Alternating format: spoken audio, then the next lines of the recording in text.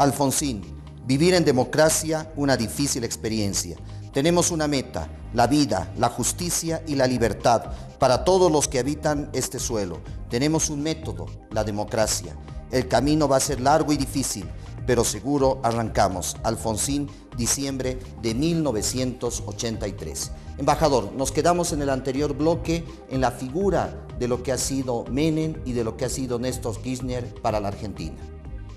Menem, lo peor que pudo haber pasado. Menem es consecuencia de esas políticas neoliberales que se daban también en toda Latinoamérica en forma unísona, mientras pasaban o estaba gobernando Menem en Buenos Aires, Collor de Mello en Brasil, en Brasilia. La derecha todavía se mantenía en el poder en Chile. Obviamente los países de Latinoamérica tenían una misma orientación. Recién por allá, por el 94, 93, 94, comienza a aparecer la figura de Chávez en Venezuela y empieza a cambiar un tanto la historia de lo que se había escrito para Latinoamérica. Menem fue un entregador, fue el que vendió como ningún otro antes pudo haberlo hecho, porque hablamos hace un ratito de las dictaduras, y las dictaduras, si bien tenían la capacidad a través de la fuerza y a sangre y espada llevar adelante sus procesos económicos, que también fueron de entrega, no llegaron a privatizar las empresas públicas emblemáticas como había sido YPF, Aerolíneas Argentinas, Entel, el agua, el servicio de distribución de agua, de gas, de electricidad. Privatizó todo y entregó al país a una economía totalmente liberada, con una moneda, un dólar 1 a 1 que era totalmente superfluo, que él lo terminó destruyendo la industria nacional, y con ello vino la desocupación, que fue creciendo posteriormente en el gobierno de De la Rúa hasta llegar a un 25% de desocupación. Todo eso fue consecuencia del plan económico que implementó Menem, que fue aliarse con los sectores de la derecha, que fue traicionar las banderas históricas del justicialismo. Él mismo en algún momento dijo que si él llegaba a decir lo que iba a hacer cuando fue la campaña electoral, seguramente la gente no lo iba a votar. Esto también habla bien en parte del pueblo argentino, que de haber sabido que se iba a llevar un plan de entrega como se llevó, no hubiese dado el voto para que Menem pudiera gobernar, ni más ni menos que casi 10 años, 11 años casi. Lo cual, bueno, muestra también las variables de lo que sucedía en el mundo. De todos modos, por suerte, ese proceso pudo ser superado y hubo mucha resistencia. A mí particularmente me tocó dar resistencia y pelea a esas políticas neoliberales de la década del 90 en Argentina. Primero fundando una central de trabajadores alternativas como hoy es la CTA, la Central de Trabajadores Argentinos, y aquellas luchas eran salir a la calle para reclamar por planes sociales, para reclamar por derechos de los trabajadores que eran cercenados. Se modificó totalmente la Constitución, la Ley de Contrato de Trabajo que había surgido en el gobierno de Perón, se habían privatizado todas las empresas públicas y con ello habían quedado cientos de miles de trabajadores en la calle. O sea, hicimos la resistencia a través de la CTA, a mí me tocó llevar la resistencia para que no se privatizara Aerolíneas Argentinas, para que posteriormente también con el neoliberalismo del gobierno de la Rúa, para que no se cerrara Aerolíneas Argentinas, y mucho de esa resistencia sirvió para por lo menos demorar esos procesos, en algunos casos lograr que no se llevaran adelante y fundamentalmente para empezar a dar las bases de sustentación de lo que vendría después con Néstor Kirchner, que fue quizás en Néstor la capacidad más grande que tuvo fue haber percibido, haber sabido leer cuál era la demanda popular allá en el 2003, ¿no? Al inicio del año 2003, y a partir de ahí, con tan solo 22% de votos, se suele decir en Argentina que había más desocupados que votos, había más porcentaje de desocupación que de votos, había un 25% de desocupación y Néstor Kirchner gana la presidencia con un 22% de los votos, con un gobierno que era débil, con un Néstor Kirchner que venía de una provincia muy chica, muy grande en extensión, pero muy chica en población, con poca capacidad para poder influir en una Cámara de Diputados, por ejemplo, como sí lo tiene la provincia de Buenos Aires, que aporta casi el 40-50% de los diputados a una Cámara, a las dos cámaras legislativas. Y Néstor Kirchner supo entender cuál era la demanda, comenzó a tener primero actitudes que parecían testimoniales, pero que fueron muy importantes, desde el hecho de declararse hijo de las madres y abuelas de Plaza de Mayo, hasta bajar los cuadros de los dictadores Videla y Viñones en la escuela del ejército argentino, de obviamente atender y empezar a abrir las puertas de las Casas Rosadas al pueblo, a la gente, a las organizaciones populares, a los sectores de desocupados, a lo que se llamaban piqueteros, allá por el 2003, y a partir de ahí aplicar políticas sociales que ayudaron a ir sacando a mucha gente de la pobreza como primer medida, como primer paso, y una vez que se salió, empezó a sacar a gente de la pobreza, se empezó a recuperar muchas de los derechos y de nuestras empresas que habían sido justamente liquidadas en la década del 90. O sea que Néstor Kirchner volvió a recuperar el país, volvió a recuperar la dignidad, volvió a recuperar el sentido de autoridad del Poder Ejecutivo, algo que estaba muy desgastado en Argentina, y a partir de ese hecho comenzó a tener acompañamiento popular, ganó la posterior elección, la del 2005, con un amplísimo margen de diferencia con el segundo, lo cual lleva a demostrar que la gente comenzó a acompañarlo, y Cristina Fernández de Kirchner en su última elección, por ejemplo, presidencial, le sacó al segundo 40 puntos de ventaja. Así es, embajador. La figura de la presidenta Cristina Fernández de Kirchner creo que ha sido fundamental para la historia de la Argentina. El día de hoy nos encontramos en instalaciones de la embajada, en el despacho personal del embajador, recorriendo históricamente a la Argentina desde 1816 hasta el año 2014. Y justamente, embajador, llegamos a este momento, al gobierno actual, a todos los cambios que ha traído nuestra presidenta hasta el día de hoy y que ha generado no solo para la Argentina, sino para Latinoamérica en su conjunto. ¿Cómo podríamos englobar las reformas de la presidenta actual? Bueno, el gobierno de Cristina no es ni más ni menos que la continuidad del gobierno de Néstor, es la misma matriz, muchos de sus integrantes el mismo equipo que acompañó al primer presidente, a Néstor, y obviamente que fue es un gobierno que está dando una disputa y una pelea muy grande contra los sectores del poder. Creo que Cristina, los gobiernos de Cristina Fernández de Kirchner, y por eso a mí particularmente me siento orgulloso por poder representar a la presidenta aquí en el Estado plurinacional, ha tenido la capacidad y una valentía para confrontar con los sectores del poder como nunca ningún otro gobierno la tuvo. En sus casi 9 años de gobierno, Cristina ha tenido la valentía y la capacidad de confrontar y enfrentarse a los sectores del poder como ningún otro gobierno antes lo hizo en nuestro país. Desde el principio tuvo disputas con la Iglesia Católica, posteriormente los productores agropecuarios por medidas que eran tan solo para buscar una mejor distribución de la riqueza y de las ganancias de nuestro país, salieron a confrontar muy férreamente con la presidenta, allá por el año 2008, se enfrentó a los sectores de los países desarrollados que se creían o entendían que eran perjudicados porque se estatizaban las empresas que habían sido adquiridas por ellos de manera poco transparente y a precio vil. Cristina supo en todo este tiempo tener conflicto con la justicia, con la cual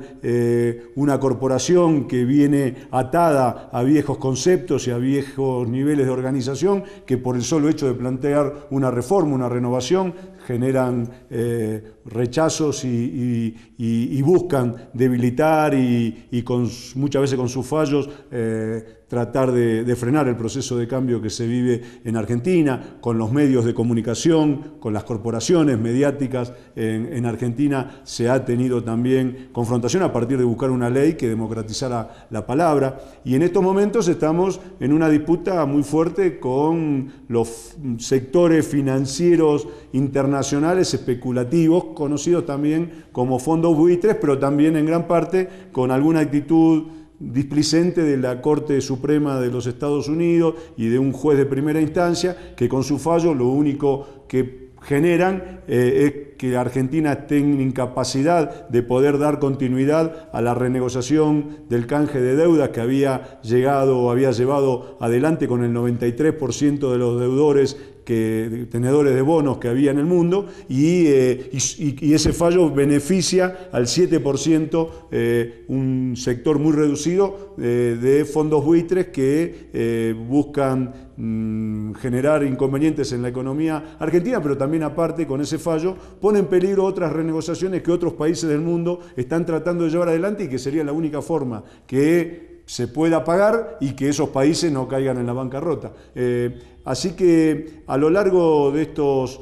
casi 8 años, 7 años que lleva adelante el gobierno de Cristina Fernández de Kirchner, el país siguió creciendo a tasas chinas, a 7, 6, 7%. Hubo intentos de hacer golpes económicos, provocando subas del dólar, provocando en la cadena de comercialización procesos inflacionarios que eran totalmente ficticios, porque no había razón ni motivos para que los precios de la canasta familiar aumentara. Sin embargo, hay sectores del comercio, grandes supermercados de cadenas internacionales que siguen aumentando precios por más que no se justifique que así lo hagan. O sea, es un gobierno que ha tenido, por el solo hecho de querer cambiar la matriz de dependencia que tenía nuestro país,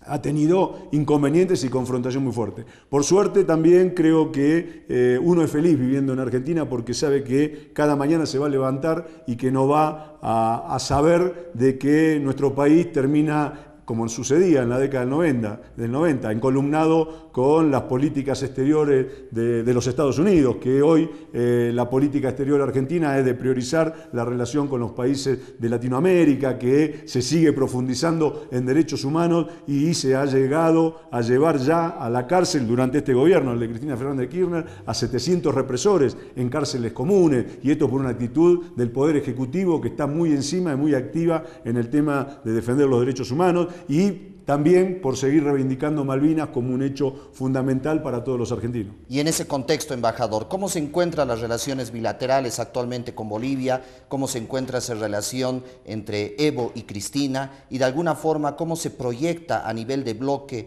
en Latinoamérica? Yo creo que son las mejores en nuestra historia. Son óptimas, son de un nivel de acercamiento, de entendimiento, de solidaridad, de fraternidad, de hermandad entre los pueblos, los presidentes y los gobiernos, como nunca antes habíamos tenido. Durante muchos años, desde mi país y quizás también aquí en Bolivia, se buscaba mecanismos para que no nos entendiéramos y nos miráramos con recelo y con desconfianza. Fueron estos presidentes, Evo Morales, Néstor Kirchner, Cristina Fernández de Kirchner, lo que empezaron a romper esa lógica que habían generado los sectores del poder, que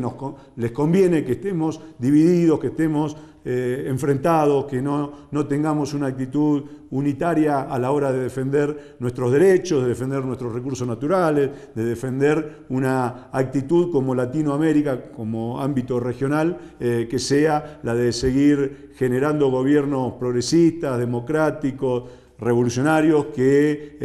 le atiendan el reclamo de su gente y que no se dejen avasallar ni le den importancia a lo que pueda decir el Fondo Monetario, la potencia que sea o el poder de turno, ¿no? Entonces, creo que nuestros países hoy están viviendo un momento que creo que hay que aprovecharlo, hay que que agradecer a que podamos estar viviendo este tiempo de unidad, de fraternidad, de compañerismo entre los latinoamericanos, entre los argentinos y los bolivianos. A nivel de proyectos, ¿cómo podemos consolidar la patria grande que muchos de los presidentes en Latinoamérica y sobre todo en América del Sur han estado manejando y han intentado construirlo? Y yo creo que ayudando a que nuestros gobiernos sigan en el gobierno, fortaleciendo sus condiciones, trabajando para que en Venezuela el intento de desestabilización sea solamente un intento, para que en Argentina la continuidad del gobierno de Cristina sea con un candidato del mismo signo, porque si se cae la democracia o el gobierno que supo llevar y fundar el comandante Chávez, lo vamos a sentir también en Argentina. Si se cae el proceso de cambio y de transformación que llevaron adelante Néstor y Cristina Kirchner, también lo puede sentir Bolivia, lo va a sentir Bolivia. Si Evo Morales no continúa en el gobierno de Bolivia, seguramente esto va a tener repercusión en el gobierno de Brasil, en Dilma, y si llega a perder el gobierno el partido PT en Brasil, obviamente esto va a tener repercusión en Uruguay. O sea que estamos mancomunados y entrelazados para que la dependencia de lo bueno siga siendo bueno, y si llegase a venir una etapa de retrocesos, también lo vamos a sentir en toda Latinoamérica. Creo que hay mucha capacidad en nuestros presidentes, pero fundamentalmente en nuestros pueblos, para no volver atrás. Son conscientes los pueblos que las décadas neoliberales, las dictaduras militares, lo único que le dejaron fueron muerte, pobreza, miseria, decepción, y que estos gobiernos que desde la aparición de Chávez allá por el 94 en Venezuela, 95 en Venezuela, se fue potenciando y desplegando por Latinoamérica, fue lo que le dio felicidad a esta Latinoamérica. Por eso que hay que defender todo eso. Embajador, de manera muy concreta, si tenemos que analizar el gobierno de la presidenta Cristina Fernández de Kirchner, ¿cuáles serían los 3 elementos más importantes hasta la fecha? Igualdad, buscar la igualdad y la distribución de la riqueza. Cristina Fernández de Kirchner, desde el inicio de su gobierno, dijo que quería volver a tener los parámetros de distribución de la participación de los trabajadores en el Producto Bruto Interno, de la misma manera que lo había tenido Perón allá por el 45-50, llegar a más del 50% o llegar al 50% del PBI en participación de los trabajadores. Hoy en Argentina la participación de los trabajadores en el PBI es del 53%. Lo cual el objetivo fue alcanzado. Obviamente continuar con un proceso de distribución de la riqueza que logre sacar a la mayor cantidad de gente de la pobreza y la indigencia. Hemos mejorado mucho y ostensiblemente. Argentina tenía 57% de niveles de pobreza e indigencia. Hoy nos supera el 16-17%. Creo que hay que seguir bajando ese 16 y 17%. Quizás es una todavía de las deudas que tenemos como gobierno para que tengamos un objetivo completamente cumplido. Y después creo que también el tema Latinoamérica, la política internacional, que se siga dando, fortaleciendo la actividad y el contacto con la región, fundamentalmente con los sectores que nos apoyan en Malvinas, que nosotros podemos apoyar en cada una de las demandas que tengan cada uno de los pueblos de Latinoamérica. Enlace y Aviala Producciones rompe estructuras y sobre todo quiere conocer la historia de adentro, la historia de la Argentina desde 1816 hasta el año 2014. Embajador, le agradecemos profundamente por este momento, por compartir su historia, que es la historia de Latinoamérica, que es la historia de los pueblos, la construcción de la patria grande y sobre todo el buscar la solidaridad de los pueblos. Su despedida con nuestra teleaudiencia, su mensaje final, embajador. No, solamente agradecer a Aviala, agradecer a Enlace, agradecer al pueblo boliviano por la acogida que nos da cada día, en cada momento, a esta embajada y a todo el cuerpo diplomático de nuestro país. Nos sentimos realmente a gusto, en casa, acompañando. Para mí es un orgullo permanentemente poder, como embajador, haciendo un tanto la diplomacia de los pueblos, poder estar en un acto del 1 de mayo, en un acto de las organizaciones campesinas o en un acto que reivindique y que encuentre a todos los países que luchan por su liberación, como fue el G77 en Santa Cruz, y estar ahí presente compartiendo tribuna con el presidente, con su vicepresidente, con muchos de sus ministros, a los cuales en la mayoría de los casos, en todos los casos, los considero compañeros. Esto fue Enlace, Diplomacia de los Pueblos, Historia de la Argentina, ayer y hoy.